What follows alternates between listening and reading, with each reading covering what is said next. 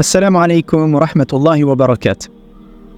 Vous savez l'importance de al-istighfar, le fait de demander à Allah Azza wa Jal de bien vouloir couvrir, pardonner nos péchés, nos manquements. Et pour nous montrer l'exemple, le prophète sallallahu alayhi wa sallam nous dit, vous voyez quand on s'assoit à l'espace d'une discussion, une assise, on la quitte comme pour passer à autre chose. Mais le prophète dit, pendant cette assise-là, j'ai eu l'occasion de dire 100 fois « Astaghfirullah ». Et donc c'est un enseignement et le prophète nous enseigne à le répéter à profusion, avec bien sûr une conscience et le cœur.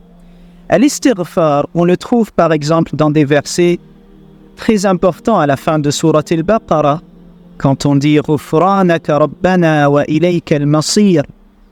On peut penser à Sayyidina Adam et Hawa alayhim as-salam lorsqu'ils vont commettre, enfreindre l'interdit au paradis et dire « Rabbana zalamna anfusana wa illam taghfir lana wa tarhamna lanakunanna min al-khasirin » Wallah, nous avons fait injustice envers nous-mêmes et si tu ne nous pardonnes pas, si tu ne nous fais pas miséricorde, nous serons assurément du nombre des perdants. Donc il y a quantité de versets, quantité comme ça de paroles du prophète alayhi salatu wassalam sur lesquelles on peut se baser pour faire al-istighfar.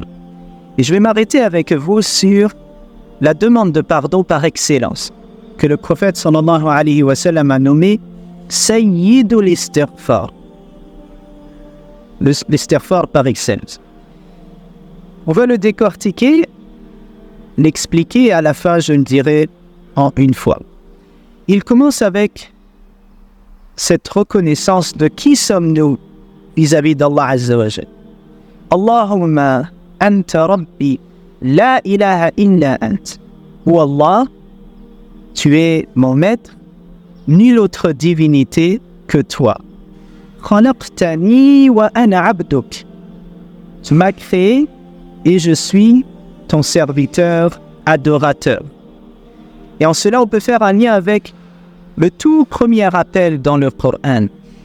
Dans l'ordre final, quand on prend Fatiha, al-Baqarah, la toute première fois où nous avons un appel d'Allah, il est destiné à toute l'humanité. Ya ayyuhan nas.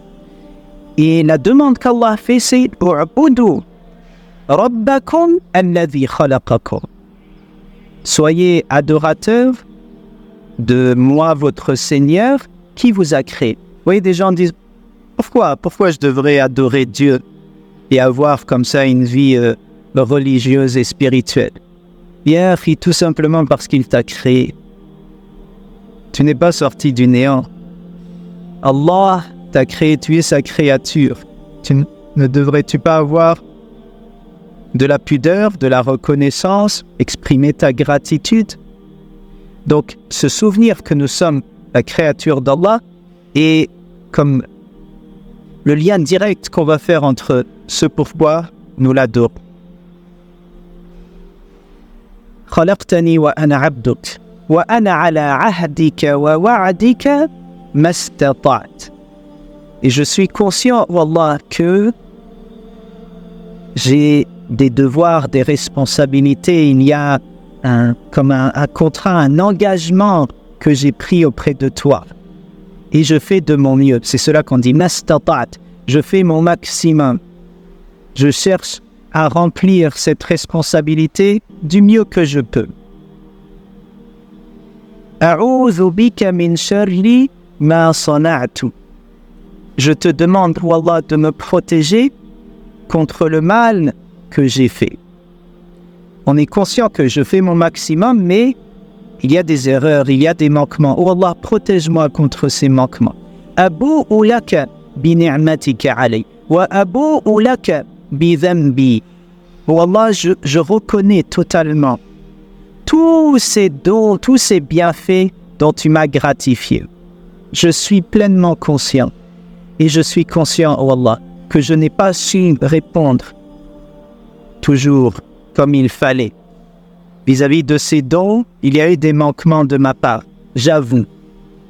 Je reconnais. Vous voyez, tout cela, toute cette introduction, on n'a même pas fait la demande encore de pardon. Mais toute cette introduction est essentielle parce qu'elle fonde comme ça notre rapport à Dieu. Qui suis-je vis-à-vis d'Allah? Et qu'ai-je fait pour Allah? Et tout ce qu'il a fait pour moi. Et à la toute fin, on dit « Faghfirli ». Ghafara, c'est couvrir, préserver, pardonner. فَإِنَّهُ لَا يَغْفِرُ الذُّنُوبَ إِلَّا أَنْتَ. Car il n'y a nul autre qui puisse pardonner les péchés que toi. Le dua au complet.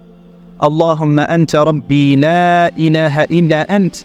خلقتني وأنا عبدك وأنا على عهدك ووعدك ما استطعت أبوء لك بنعمتك علي وأبوء لك بذنبي فاغفرني فإنه لا يغفر الذنوب إلا أنت.